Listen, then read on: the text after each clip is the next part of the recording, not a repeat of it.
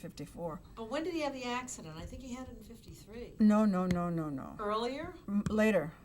Later. 54 maybe then. No. Had to be 55 or 56. No, it's not that late. You know why? Because I have a tape of Sammy at the Sands Hotel when he takes the That's eye where he patch was off. working when he lost his eye. Right. Was the Sands Hotel. That's right. Yeah. But this is his return, and he takes the eye patch off, and everybody's weeping. And what year is that? 54.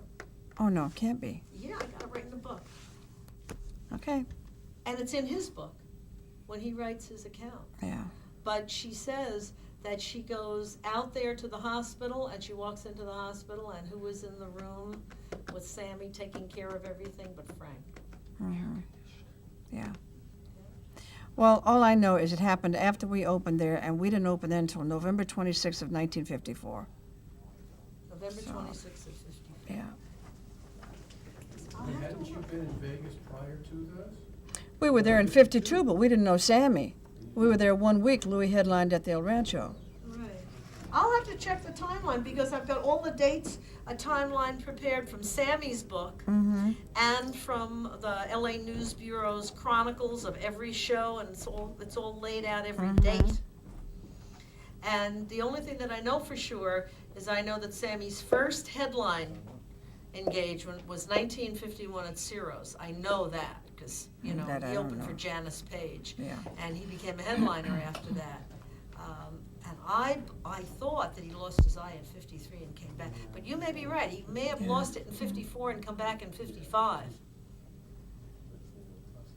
I don't remember him losing it in 54, but could be, I guess. I mean, we only had a month left. We only Right. had the month of December, you know. Right. But I do know he was driving from the Sands into L.A. when that That's happened. right. He That's was right. working That's the what he says Sands. in his book. Yeah. That's interesting. Okay, so let's talk a little bit about. Let's see. Who shall we talk about first? Who do you want to talk about first? You want to talk about Sammy, since you say Okay. you knew Sammy real well? I don't care. Yeah. When did you first meet Sammy? How old was he? Well, it was in the days of Louis had the big band. It was at the Apollo Theater. And I would say Sammy had to be maybe 24. I'm really guessing at that. So this was. How old would Sammy be now? About 75? Yeah, I know that he met Frank in 42, and I know that he opened 42? for Frank in 47. Sinatra? Because in his book, When you say he, do you mean him and his uncle and father? yes. him and Okay, his uncle Will and Maston father. Trio, okay. Yeah, he says they got brought in on a gig for an act called Tip Tap Toe, who couldn't make it in, and they Oh, I played see. 3 nights Yeah. opening for the Dorsey Band, and it was in. Oh, okay, for the Dorsey Band, okay. that's when See, he that's the met difference. Frank. That's not Frank, okay? That's right, exactly. All right. But then in 47, that's when Frank put the Will Maston Trio in opening for him at the Paramount. Because I've got footage of that. 47. Right. It's okay, it's acceptable. I don't know. Because I didn't leave home until August of 48. And I will say probably it was 1949 that I met Sammy at the Apollo Theater. Because we played all the black theaters. Right. Did you ever see him play at the 500 Club in Atlantic City in the 50s? I don't think so. Right. When was the first time you and Louis played the 500? I don't have any idea. Do you remember what that club was like to play in? Was it very little? They didn't have the big room when you played there? No, it was big, It was big. but it wasn't 1,000-seater. I don't know. Right. I don't know how big it was. The stage was kind of small, that I remember. And I remember everything being black and white. But, I didn't pay much attention to anything in those days. Right. And I didn't talk to anybody. So I just really went in and did my show, and that was it. I remember we went to a club in Atlantic City, I think it's called Harlem, or it was down in the black neighborhood. and that was really a great night. That was a great jazz club, you know. But I don't remember too much about the 500 Club. We only worked there once. I did go see Sinatra there, but it was after I was divorced from Louis, I think. Oh, no, I'm not. Are you sure? Yeah. Yes. You're Yeah. running? Oh, yeah. yes, ma'am. I it's didn't know fine. this. It's better that you were just. it's Oh, just well, I'm relax. trying to get things straight No, here. don't even worry it's about it. Tay. I It's went to Luke see Sacher. Frank at Start the again. 500 Club after. Start again.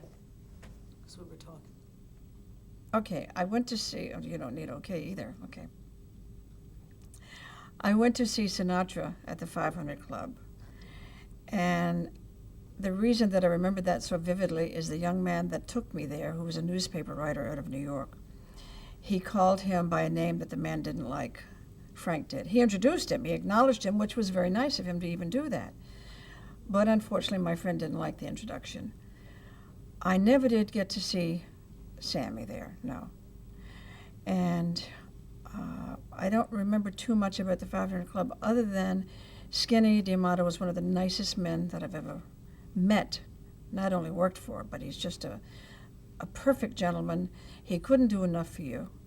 And the place was packed, and I mean, what else could you want? You've got a packed room, a nice boss, and you love doing what you're doing. So it was great. The bartender, Jules Blumberg. said that when Frank Sinatra came to Atlantic City, it was like God came. That, like the lines. I mean, he said everybody made money. Everybody's wife bought a new refrigerator. A new refrigerator. I don't know about that. Because he said he meant money, you know. And Oh, yeah. Were you ever aware of when Frank went into the Macombo in '57 and bailed that woman out after her husband died? Do you remember that? You mean hearing Morrison? about that week? Morrison? Yeah. No, I don't, but I've got a cute story about that if you want to hear it. Yeah, sure. Louis and I went with Frank and a male friend of his to dinner there one night, and the Morrisons were there, and we wound up sitting with them at another table for cocktails, and she asked Frank to dance, and Frank told her, "I don't dance," and about 10 minutes later, he asked me to dance. And of course I said yes, and we got up, and as we started to dance, I told him, I said, "I thought you didn't dance." He said, "I like to do the asking." That was Frank Sinatra. He, in this book written in '59 by Gaiman, he says that he's describing Sinatra and saying in 1960, he's already in his 40s. He's kind of, paunchy in the middle. His hair is thinning. But he says that people look at him on stage and he becomes a reflection of them. That nobody has the ability to just reduce everyone to just babble. And he does. And in knowing him all of those years, did it ever occur to you as a performer what it was that made everybody crazy about him? I mean, Dean, I think, was just as good or better looking, but what was it about Sinatra that everybody went mad? That little boy, little dog attitude. He had it. Louis Prima had that also. I thought Louis Prima was the most gorgeous man that ever walked. And Louis Prima, if you stop and think about it and take him apart, was an ugly man. He was so sexy, and he had such charm, and he could just look at you and melt you. Frank had, and probably still does today, have that. Frank could look at you and just, I mean, I've got a picture of him that's going to be in my book, of him looking at me across Louis.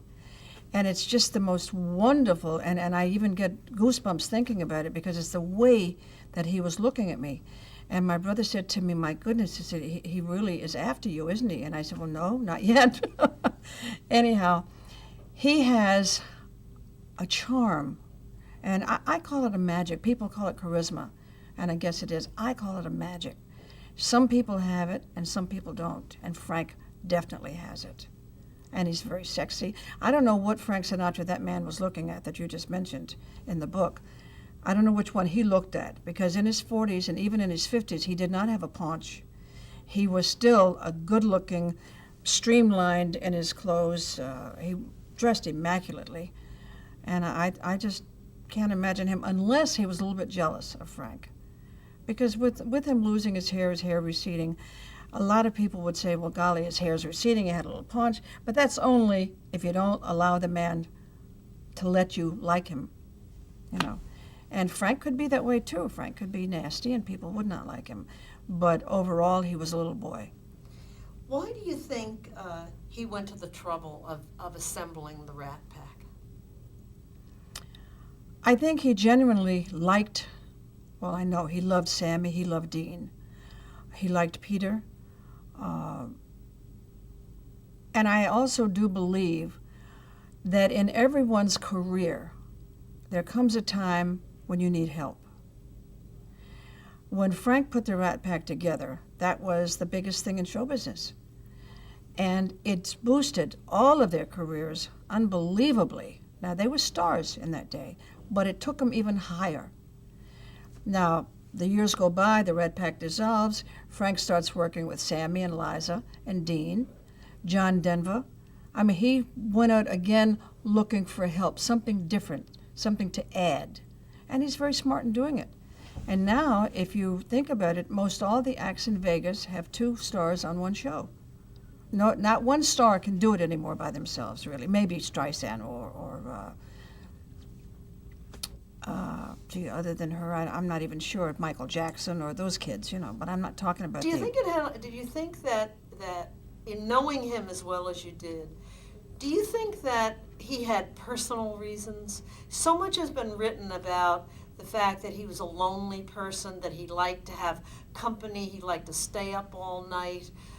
You know, there are all these things that are written that say, you know, he'd call Sammy up and say, don't forget, Smokey, bring the sunglasses because you're going to be sitting next to me when the sun comes up. Do you think that there was more to it than just, you know, the being on stage and not having the pressure of carrying the whole show alone, but that it was a personal attachment that he needed? Gee, I don't think he even thought about carrying the whole show alone. I think that singing came so natural to him, and his gift of talk, he talks beautifully. I would love to be able to talk like him. I talk like a country girl, and that's okay because it works for me, but Frank flows when he talks. And I don't think that he had any problems walking on the stage by himself or feeling that he didn't want the burden of the whole show again. As far as him being lonely, yes, he was a very lonely man. And again, he was like a little frightened child part of the time. Had no reason to be, other than whatever he was carrying inside of him that I don't think he ever told anybody about, really. He had no deep, dark secrets. He had no bad habits that I knew of. He helped a lot of people that people are not aware of. On the other hand, he could be excuse the expression, a bastard, you know, and be really nasty to people. But I liked that little boy side of him. And when he would get nasty, I would walk out. If I was with him, I would just get up and leave wherever we were. And I think because of it, we had a very good relationship. He called me that crazy goddamn Indian. Were they vain men, Frank and Sammy and Dean? I don't think Dean was. I think to a point, Frank was. I wouldn't necessarily call it vain. I would call it power. Power overtakes the career, the power of what you can do and say and walk in a room and get away with. I think that takes over. And Louis had that a little bit, but not a lot. I don't think Dean did that. Because I knew Dean very well too, and I don't think Dean did it. Sammy, to a point. But again, that power is tremendous. If you're lucky enough to have that power in your career and you handle it properly, it's wonderful. Do you think that's why it's been written so much that everybody, you know, wanted to be like them? I mean, they did the same act over and over again, the same jokes, but people just couldn't get enough of it. Was it more that the audiences just wanted to be around them? I mean, men and women were. Oh, I think so. They Frank to them was like up here, and they were down here. But in reality, Frank was right down there with them, and I don't think they could really grasp that. But Frank never put himself up there. He was always one of the people. And I think being a part of him, just being in the audience with him on the stage, people got thrilled with it. They just wanted to see Sinatra. And I think Frank loved them back as much as they loved him. Maybe they didn't know it, but I think he did. Let me ask you about the early years in Vegas. What was it like when Sinatra was there working at the Desert Inn for Mo Dalitz? I've heard from people that it was a kind of downtime for him, that his career really, I mean, do you know much about the years before From Here to Eternity when he was having his hardest struggles? No, I don't. Okay. No. Do you know much about the support that he received from the men that have been so closely associated with him, like the Skinny D'Amatos and Joe Fischetti and Sam Giancana? I mean, were they really the guys that supported him through thick and thin? Because I've been told that. Now, by support, if you mean financially, I know nothing about that. I doubt seriously if there was a financial help there. I don't know that for a fact. Friendship, yes, there was friendship there. I met Joe Fischetti through Frank, and I met Sam through Frank. And I did not like Sam Giancana at all at the beginning. Wound up absolutely loving him. He's one of the nicest, kindest men I've ever known. Joe Fischetti was a nice man. They loved Frank, and Frank in return loved them. They were friends. Right. A lot has been written about Sinatra and the Rat Pack and the Kennedys. You know, the getting involved with the Kennedy campaign, and someone very close to Frank told me that Frank so much wanted to be with the Kennedys that at one point he said to Sam Giancana and the rest of them, he said, you know, it's a bad thing, you know, can't you like stay back away from me because I'm never going to be up with the Kennedys if you guys are dragging me down. And the same person told me that after the Kennedys rejected Frank, that those same guys were right there just like nothing ever happened. Yeah, fine, everything's great, you know. Is that a good analysis of the way they treated him? That I don't think so. I don't think Frank would have ever said to Sam Giancana, you're pulling me down, we have to stop this relationship. I don't think he would have ever said that to Sam. I really don't. I don't know which other people you're referring to, so I will only stick to Sam because I was very close with him. The only thing that I do remember about Sam and Frank that really hurt Sam Giancana was when Frank Jr. was kidnapped. And Sam reached out to help, and I happened to be with him the night it happened. And Sam reached out to help Frank, and Frank wouldn't even come to the telephone and take his call. And he said he didn't need any help. And that was the end of their relationship. Their friendship stopped almost right there. Up to that point, they were very close. But I don't think that Sam did anything in Frank's career per se. I don't think that he got him jobs. I mean, at that point, Frank Sinatra didn't need Sam Giancana. right, but it's widely written that the combination of Sinatra and all of the people in Hollywood that he was able to mobilize for Kennedy, and the connection between Joe Kennedy, the president's father, and Giancana and Skinny, and was very, very crucial in pushing Kennedy over the top. I mean, that's been written by many journalists. I have read that. I don't know. I personally do not believe that he did it, that Sam did that, but I don't know. You know, I don't know anything about politics. I only know who I like and who I don't like. What was your impression of Frank's, was Frank Sinatra really crazy about the Kennedys, or was he just crazy about being a Democrat? Because he had always been a Democrat. No, I think he was crazy about the Kennedys. That's funny. No, I've not heard Frank discuss his politics or even being a Democrat. I didn't know that until you just told me. He was very impressed with the Kennedys. totally impressed with them. And let's face it, they were charming. I also knew Jack. I met Teddy. I did not know Teddy. I knew Bobby. And they were charming people. One of my favorite people in the world is Pat Kennedy Lawford. I was very close with Pat and Peter when they were married. And she's a wonderful girl. And Louis and I did a couple of charity benefits for the Kennedy clan when Mr. Kennedy was alive. I did one for his daughter Eunice, and they were a nice family. They're kind of almost untouchable, except Pat. Pat was really down-to-earth girl. And I think that to be involved with the Kennedys, to be invited to Martha's Vineyard and things like that, that's, to Frank, even though he was probably the biggest star in the world at the time, I think that is a big added plus. That's another world for him. And I definitely think it was the Kennedys he liked, not that being a Democrat.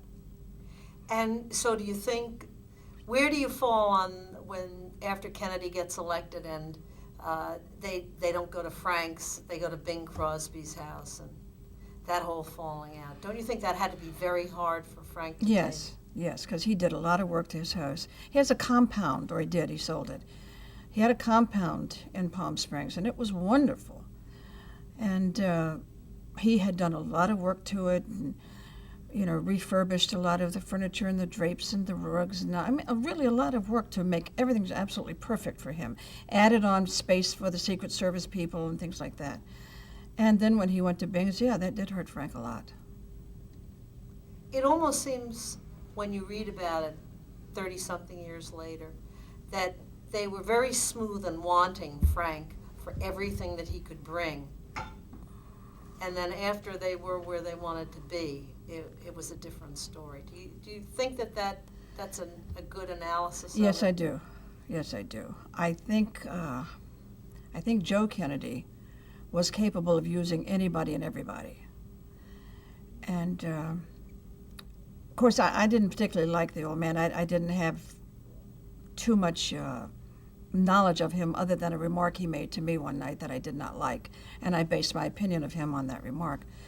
But I think he was a user. I don't know about Jack Kennedy. I don't. Jack was so charming, it would be hard to say that he was a user, to me. And Bobby, I think, could have wheeled and dealed with whatever it took to get the job done.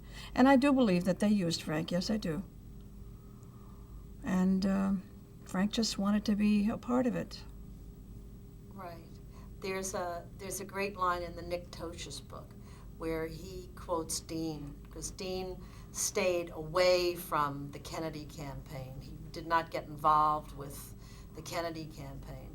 And Frank had called him once and said, won't you come, won't you turn out for this?